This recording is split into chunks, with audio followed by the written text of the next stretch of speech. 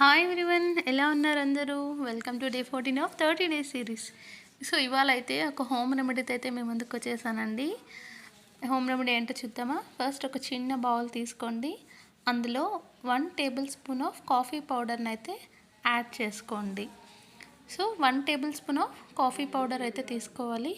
ఆ తర్వాత 1 table spoon of sugar అండి. షుగర్ అయితే 1 టేబుల్ స్పూన్ ఆఫ్ షుగర్ తీసుకోండి.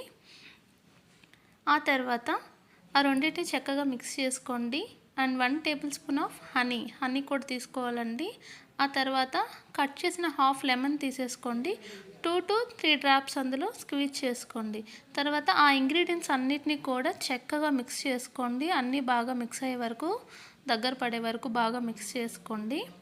సో ఈ హోమ్ రెమెడీ అయితే ఆయిల్ స్కిన్ వాళ్ళకి అల్టిమేట్ రిజల్ట్ ఉంటుందండి. ఇప్పుడు చూడండి, నా హ్యాండ్ మీద వేసి మీకు చూపిస్తాను, ఫేస్ మీద చూపించట్లేదు. జస్ట్ ఆ ఇంగ్రీడియంట్స్ అన్నీ కూడా తీసుకొని చాలా బాగా మంచిగా రబ్ చేసి జెంటిల్గా ఎక్స్ఫోలియేట్ చేయండి. ఇంకా ఫేస్ మీద అయితే చాలా మంచి రిజల్ట్ వస్తుంది. చూడండి, ఇంకా రబ్ చేస్తూనే ఉన్నాను. ఒక 5 minutes అలా రబ్ చేశారంటే కూడా, నేను లైటింగ్లో పెట్టి రబ్ చేస్తున్నాను. 5 minutes అలా రబ్ చేయండి. సో జెంటిల్ ఎక్స్ఫోలియేషన్ అండి, మీకు చాలా మంచి రిజల్ట్ అయితే ఉంటుంది. బిఫోర్ అండ్ ఆఫ్టర్ చూసారా, లెఫ్ట్ హ్యాండ్ రైట్ హ్యాండ్ ఎంత బాగుందో. ఇంకా ఫేస్కి అయితే అసలు ఎలాంటి సైడ్ ఎఫెక్ట్స్ అయితే ఉండదండి. అసలు చాలా బాగుంటుంది. బట్ ఎప్పుడు కూడా విటమిన్